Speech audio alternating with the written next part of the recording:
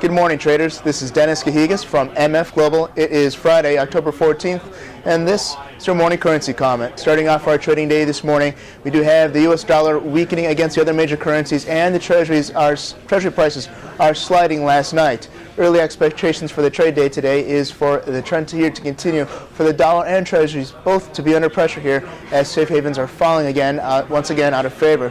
All in all, in a nutshell, risks are still lurking out there in a macroeconomic environment. However, the market focus today should be on easing risks as we close out another trading week.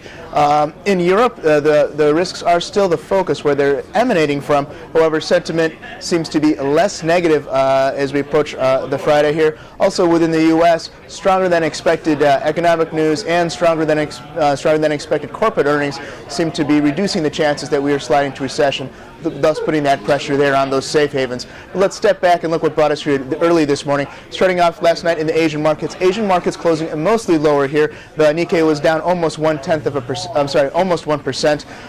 Coming out of Asian news here, September Chinese CPI coming in rose roughly as expected.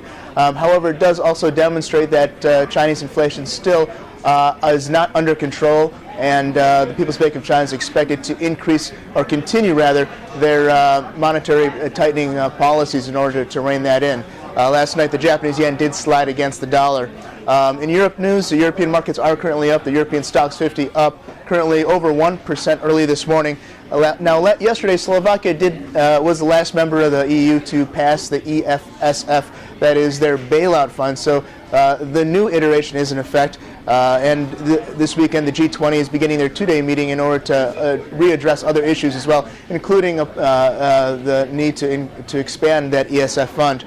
On the downside here, the S&P did cut Spain's credit rating last night by one level, and Fitch also cut or downgraded 12 banks on their credit ratings. That includes 4 major banks in Europe.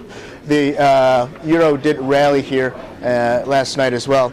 Early this morning, U.S. stocks are up. The December Dow futures up about 1% early this morning. We did have some economic news coming out. September retail sales coming out much stronger than expected on both levels. That's on both without the automobiles and as an overall number.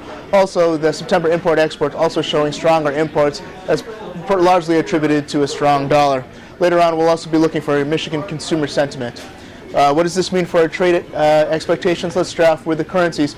For the dollar, let's look for that to be under pressure and lower here today. So look for the dollar to test down below. Now, last night, our 77, or early this morning rather, our 77 level from yesterday was touched and hit. So we're trading currently around 77 for the dollar. We'll be looking for 76.40 now on the U.S. dollar. And for the treasuries, we're also looking for lower treasury prices. For the 10-year, we're looking for 127.10. That's the same target as yesterday. That target had not been hit yet. And for the 30-year, we'll be looking for 137.20. Below that, we'll also be looking for 136.25.